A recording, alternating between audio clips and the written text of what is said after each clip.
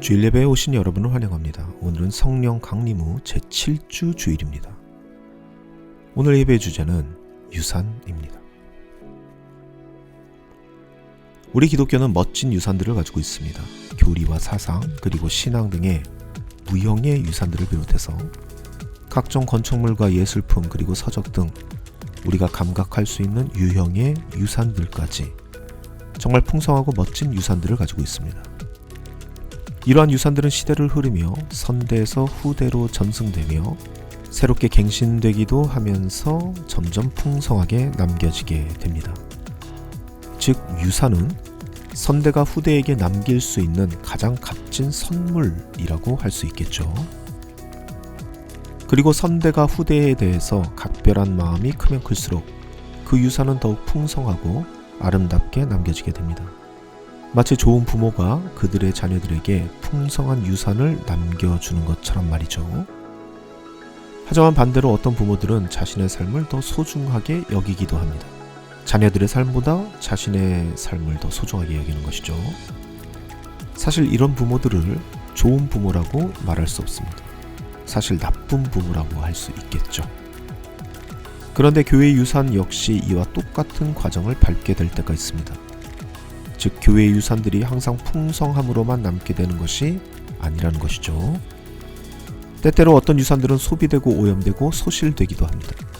어떤 경우에는 가치가 떨어지거나 가치가 전혀 없는 유산만이 남겨지게 되기도 합니다. 마치 자녀들에게 채무만을 남기는 부모들처럼 말이죠. 빚더미를 유산으로 남겨주는 것처럼 말이죠. 오늘 우리는 이 현대교회가 남기는 유산들에 대해서 이야기하려 합니다. 과연 미래의 교회에 남기고자 하는 우리의 이 유산이 과연 지켜낼 가치가 있는 것들인지, 아니면 부모의 빚더미처럼 상속을 포기해야 할 그런 유산인지, 그것을 한번 가늠해보는 시간을 갖고자 합니다. 다 같이 기도하겠습니다. 아버지 하나님, 주님께서는 우리에게 좋은 것들을 주셨습니다. 그리고 우리의 조상들 역시 좋은 것들을 주었습니다. 하지만 우리의 조상들은 주님이 아니기에 그 좋은 것들 사이에 나쁜 것들이 섞여 있을 때도 있었습니다. 그리고 그 나쁜 것들은 마땅히 솎아져야 할 것입니다. 주님, 우리에게 그 나쁜 것들을 솎을 수 있는 지혜를 주시고, 무엇보다 나쁜 것임을 아는데도 미련이 너무나도 많이 남아 쥐고 있는 것이 있지 않을지, 그것을 살피고 그것을 버릴 수 있는 용기를 주옵소서. 오늘 나누는 이 시간과 물질에도 축복하시고, 이 모든 것들이 이웃을 사랑하고 섬기는데 온전히 사용되게 하여 주옵소서. 우리를 죽기까지 사랑하신 예수님의 이름으로 기도드립니다. 아멘.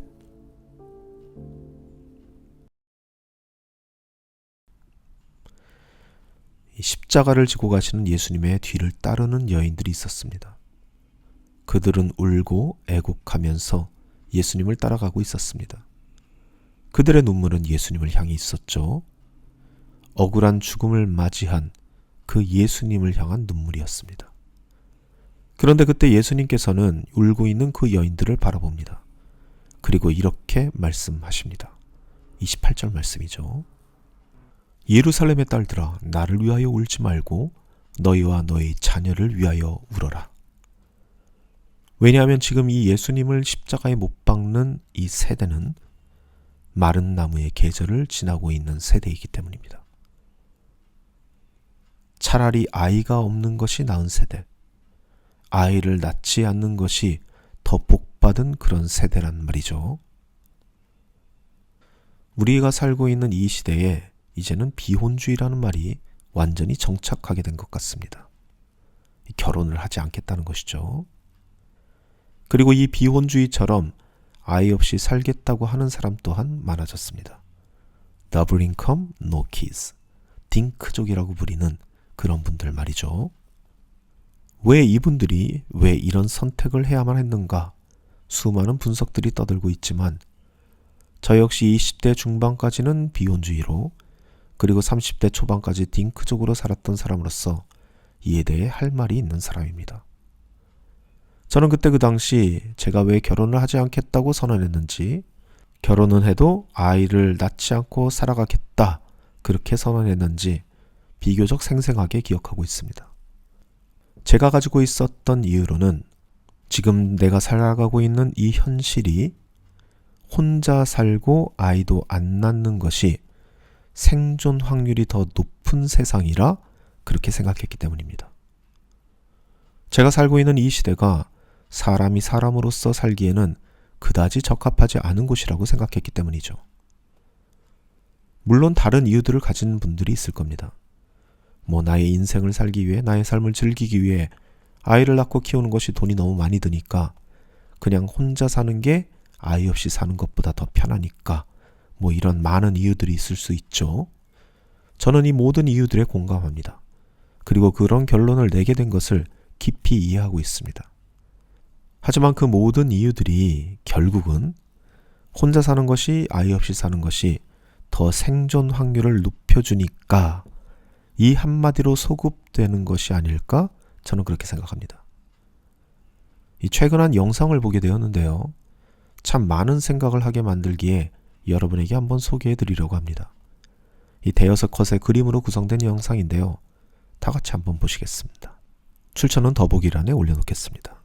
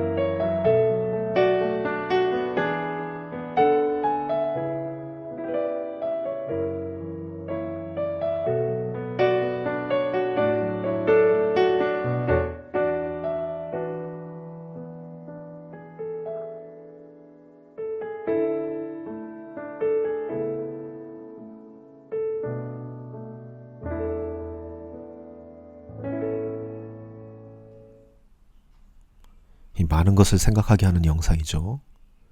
오늘 다들 예배 끝나고 나면 이 부모님이나 소중한 사람들에게 연락 한번 드리시길 바라고요. 이 사실 설교는 이 감동 그대로 가져가서 그냥 끝내도 될 것 같은데, 제가 원래 감동 파괴의 권위자인 INTP 아니겠습니까?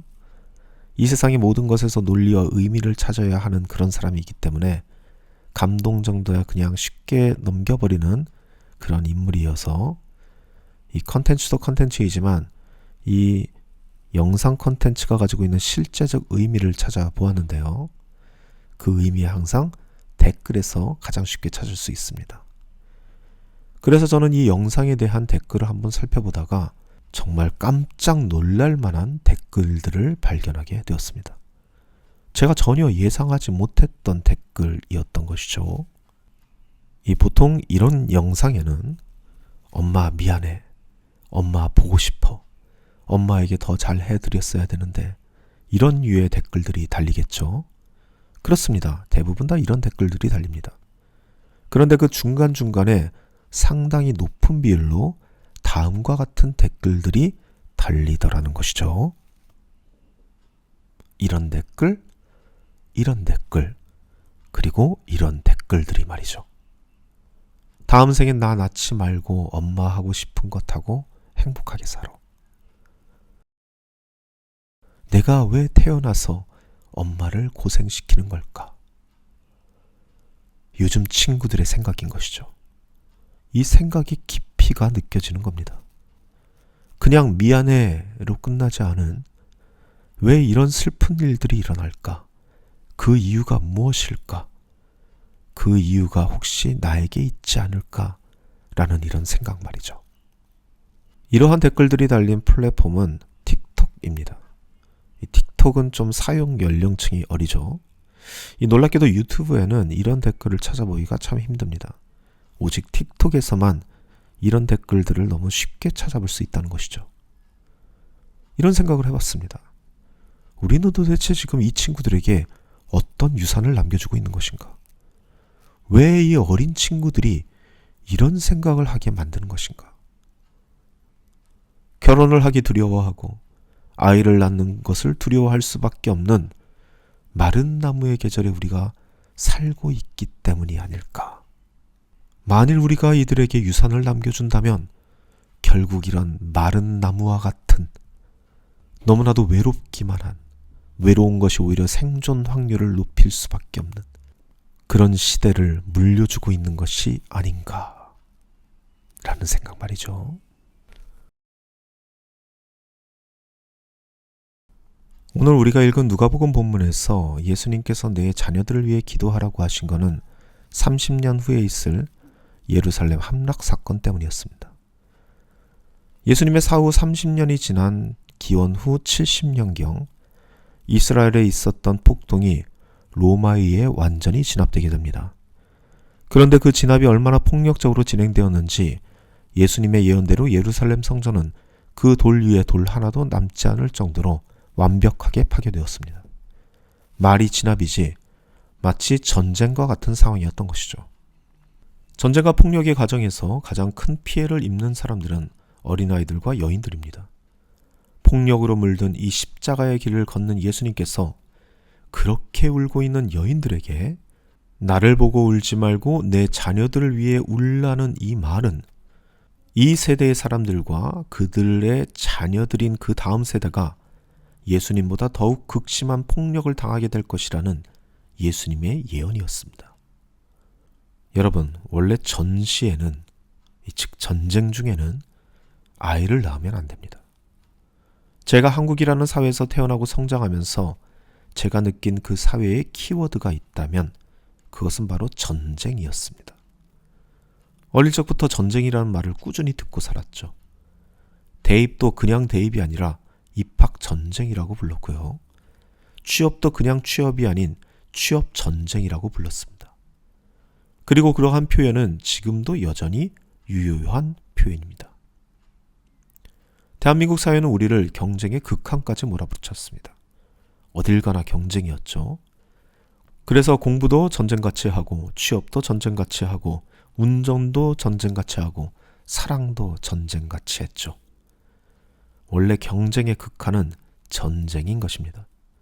내가 죽거나 아니면 내가 죽거나로 귀결되는 것이죠. 그야말로 전시 중에 있었던 것입니다. 다시 말씀드리지만 전시 상황에는 아이를 낳으면 안 됩니다. 아주 단순하지만 단순한 만큼 아주 강력한 이유가 되는 겁니다. 그리고 강력한 것만큼 잘 변하지 않을 겁니다.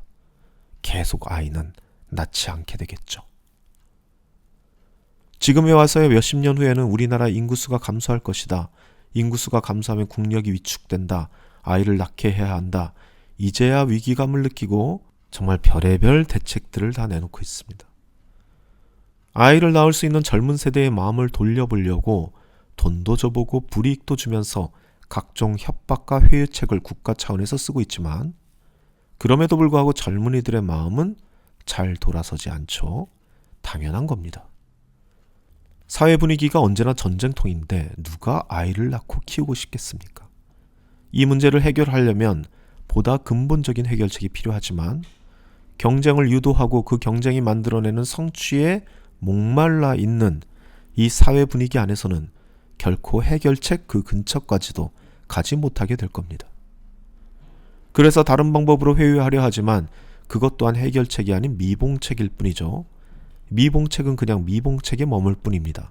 결코 해결책이 될 수 없습니다. 교회라고 이 사회와 다를 것이 없습니다. 교회 역시 전쟁입니다. 현대사회의 목회는 마치 전쟁과 같습니다. 그래서 전도를 해도 그냥 전도대가 아니라 전도 특공대가 있는 겁니다. 교단과 교단이 싸우고 교회와 교회가 싸웁니다. 이단과 싸우고 정부와 싸우고 성도들끼리도 싸웁니다. 사방이 전쟁통입니다. 정작 싸워야 할 영적 전투는 온데간데 없고 성장이라는 달콤한 마약에 빠져서 서로 먹고 먹히는 지금 이 교회의 모습들이 만들어진 것입니다. 그리고 이 모습이 우리가 바로 다음 세대에게 물려줄 교회의 유산이 되어버렸습니다.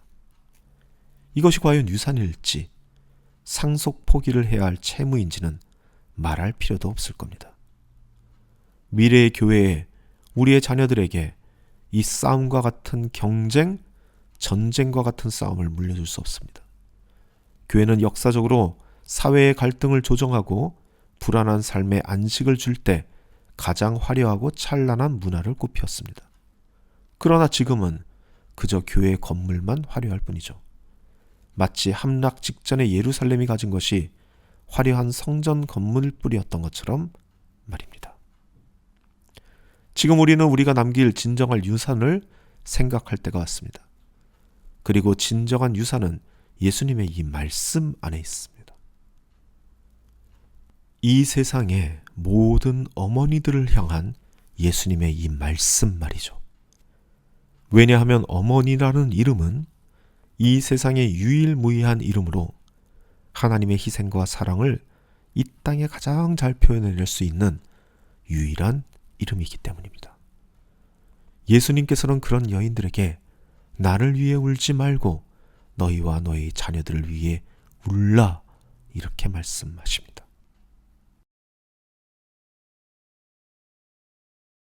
오늘 저는 이 울어야 하는 여인들의 모습을 모세의 어머니인 요게벳에서 찾아보려고 합니다. 요게벳은 모세의 어머니입니다. 이스라엘의 남자아이들은 모두 나일강에 버려야 한다는 이집트의 명령이 떨어졌고 요게벳은 더 이상 자신의 아들 모세를 숨길 수 없다는 것을 알게 되었습니다. 결국 그 명령에 따라 모세를 나일강에 띄우게 되죠. 모세를 위해서 그녀가 할 수 있는 것은 아무것도 없었습니다. 하지만 그 아무것도 할 수 없는 상황 안에서 그녀는 모세를 위해서 최선을 다합니다. 악어가 건들지 못하도록 갈대로 바구니를 엮어 만들고 물이 새지 않도록 역청과 나무진을 칠합니다. 그리고 쉽게 떠내려가지 않도록 갈대 사이에 그 바구니를 띄웁니다. 이것이 그녀가 할 수 있는 최선이었습니다. 하지만 그 아무것도 할 수 없는 상황에서 그 아무 효력도 낼 수 없을 것 같은 그 최선을 하나님께서는 받으시고 그렇게 모세를 살리십니다. 갈대와 역청과 나무진이 어떤 소용이 있겠습니까? 하지만 그 소용없는 최선을 주님께서는 받으시고 모세를 물에서 건져 올리시는 겁니다. 이것이 바로 우리가 먼저 그의 나라와 그의 의를 위해 기도해야 하는 이유가 되는 것입니다. 그리고 우리가 유일하게 할 수 있는 이웃을 사랑해야 하는 이유입니다. 우리의 기도가 무슨 힘이 있겠습니까? 우리의 보잘것없이 작은 이웃 사랑이 이 세상에 무엇을 바꿀 수 있겠습니까? 하지만 그 아무것도 아닐 것 같은 그것을 주님께서는 새로운 희망으로 받으시고 그의 역사로 만들어 내십니다.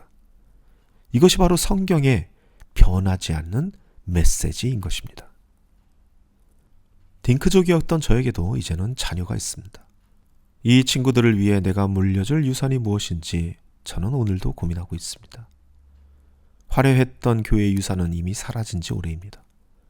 저에게 있는 것이라곤 작은 교회와 그리고 여전히 약하디 약한 교우들 뿐이지만 오히려 그 작고 약함 때문에 나를 도우실 하나님을 꿈꾸며 오늘도 그의 나라와 그의 의를 위하여 기도하며 그들을 섬기고 있습니다.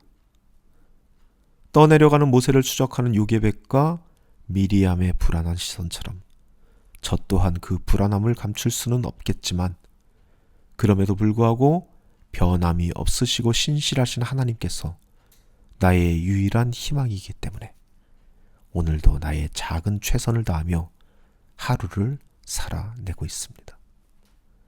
그리고 이 모습이야말로 우리가 유일하게 남길 소중한 유산이리라 저는 그렇게 믿습니다. 작지만 소중한 유산. 이 보잘것없는 유산이 이 마른 나무의 계절을 푸른 나무의 계절로 만드는 귀한 씨앗이 될 줄을 믿습니다. 오늘 말씀을 기억하면서 다 같이 요게벳의 노래 찬양하시겠습니다.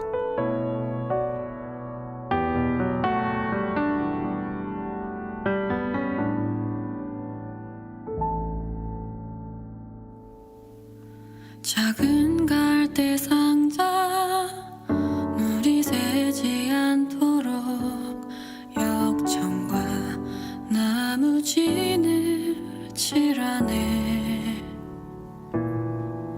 어떤 마음이었을까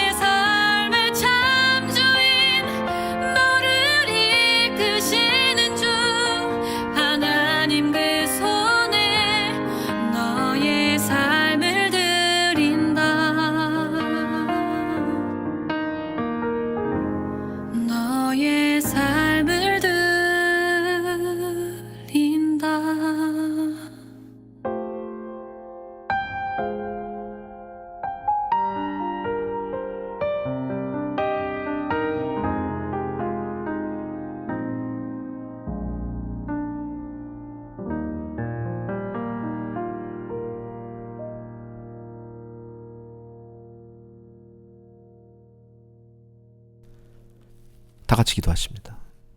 아버지 하나님, 우리가 남겨줄 유산, 우리가 우리의 후대를 위해서 그들의 귀중한 자원으로 쓰일 이 유산들을 주님 앞에 바칩니다. 나의 보잘것없는 노력, 보잘것없는 최선이지만 지금 닥친 나의 상황 안에서 내가 가장 잘할 수 있고 그리고 가장 성실하게 할 수 있는 것이니 경쟁과 싸움과 전쟁이라는 이 채무와 같은 유산을 버려버리고 화합과 상생과 평화라는 하나님의 그 귀중한 유산을 우리의 자녀들에게 물려줄 수 있는 우리 모두가 될 수 있도록 축복하여 주옵소서. 이제는 우리를 죽기까지 사랑하신 우리 주 예수 그리스도의 벅찬 은혜와 우리를 사랑하사 독생자 예수를 이 땅에 보내주신 하늘아버지의 극진하신 사랑과 우리의 삶의 인도자이자 보혜사 되시는 성령님의 사귐이 여기 모인 주님의 자녀들 가운데 영원토록 함께하기를 간절히 축원하옵나이다. 아멘.